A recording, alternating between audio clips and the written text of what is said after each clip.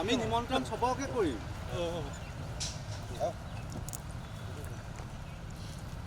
Secretary মাজলৈ আহি যাওক এইফালে। সেক্ৰেটাৰী ক'ত গ'ল? আপোনাৰ লগতে ক'ত? এইটো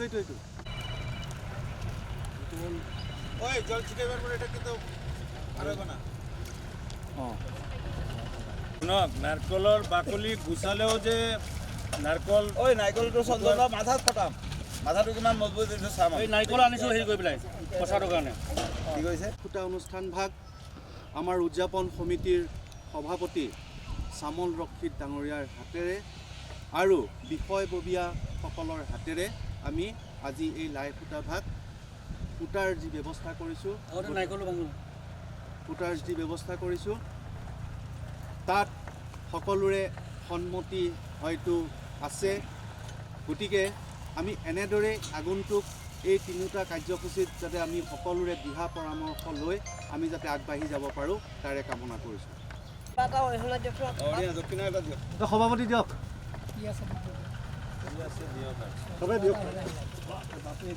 প্লেন কৰিব লাগিব। এইটো আমাৰ ফালৰ পৰা দিছোঁ, আমাৰ দুজনৰ পৰা। আৰু সম্পাদকে কি দিয়ে একদম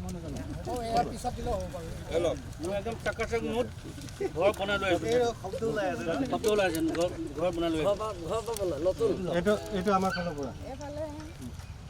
আপোনালোকে মাইকী মানুহৰ ফালৰ পৰা কিবা দিয়ে যদি দি দিয়ক।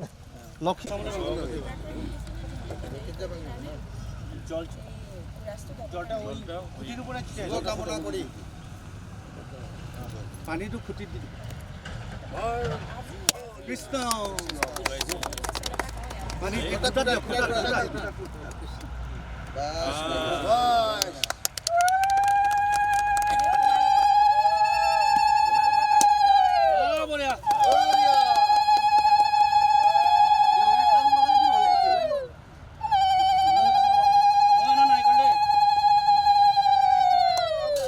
এতিয়া ধৰিছেনে?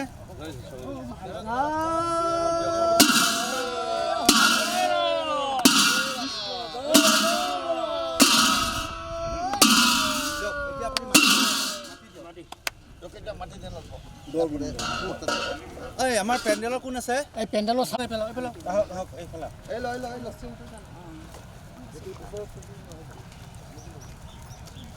জুলি ফটো মাৰাচোন। এই সুজয় সুজয় কি হ'ল? ফটো মাৰ ফটো মাৰা ভিডিঅ'টো অফ কৰি ফটো মাৰা মেইন মানুহ থাকিলে কেনেকুৱা হ'ব? দুটাটো ধৰা হোজাই উন্নয়ন মঞ্চৰ 15তম প্ৰতিষ্ঠা দিৱস উপলক্ষে আমি চবে একগোট হৈছোঁ আৰু আমি 15তম প্ৰতিষ্ঠা দিৱস উপলক্ষে কপিলী মহোৎসৱ বুলি এটা মহোৎসৱ আমি আৰম্ভ কৰিব গৈ আছোঁ। অহা 27 আৰু 28 তাৰিখে কপিলী মহোৎসৱ অনুষ্ঠিত হ'ব এইখন গ্ৰাউণ্ডতে উত্তৰ বিদ্যানগৰ শিমলুতলৰ ওচৰতে টুমপ্ৰেং ৰোডৰ লগতে এই অনুষ্ঠান ভাগ ইয়াতে অনুষ্ঠিত হ'ব আৰু আশা কৰোঁ আপোনালোকে চবে ইয়াতে সহায় সহযোগিতা আগবঢ়াব।